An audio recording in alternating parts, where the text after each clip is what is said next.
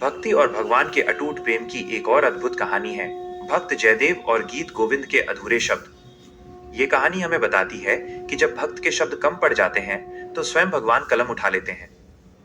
जब भगवान ने पूरी की कविता महाकवि जयदेव की कहानी। एक एक अनन्य साधक। महाकवि जयदेव भगवान जगन्नाथ के परम भक्त थे। वे अपनी पत्नी पद्मावती के साथ पुरी में रहते थे। जयदेव जी प्रभु की स्तुति में गीत गोविंद नामक काव्य की रचना कर रहे थे। वे एक एक शब्द को भक्ति में डूब कर लिखते थे। दो कवि की दुविधा। एक दिन जयदेव जी भगवान कृष्ण और राधा रानी के प्रेम पर एक छंद लिख रहे थे। उनके मन में एक पंक्ति आई, प्रभु कृष्ण राधा के चरणों में अपना सिर झुका रहे हैं। जयदेव जी लिखते लिखते रुक गए। उनके मन में द्वंद्व छिड़ गया।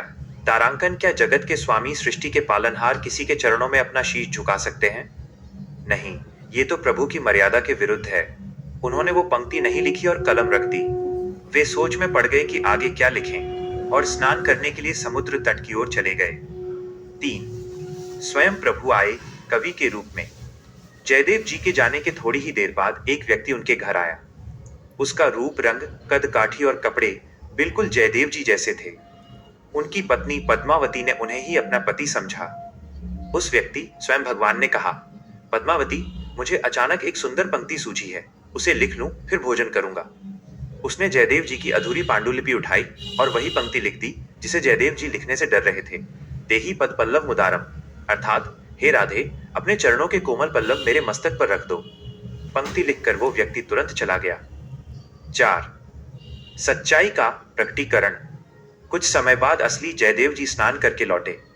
पद्मावती ने आश्चर्य से पूछा, स्वामी, आप अभी तो लिख कर गए थे, फिर इतनी जल्दी दोबारा क्यों आए? जयदेव जी हैरान थे। जब उन्होंने अपनी पांडुलिपि खोलकर देखी तो उनकी आंखों से आंसुओं की धार बह निकली। वहां उनकी वही अधूरी पंक्ति दिव्य अक्षरों में पूरी लिखी हुई थी। जयदेव जी समझ गए कि उनके मन के संदेह को दूर करने के लिए और भक्ति की मर्यादा को प्रेम से ऊपर दिखाने के लिए स्वयं जगन्नाथ जी को आना पड़ा। इस कहानी का सार। यह कहानी सिखाती है कि भगवान केवल हमारे कर्मों में ही नहीं, हमारी भावनाओं और हमारी कला में भी बसते हैं। जब भक्त का भाव सच्चा होता है तो उसकी रचना को पूर्ण करने की जिम्मेदारी स्वयं भगवान ले लेते हैं।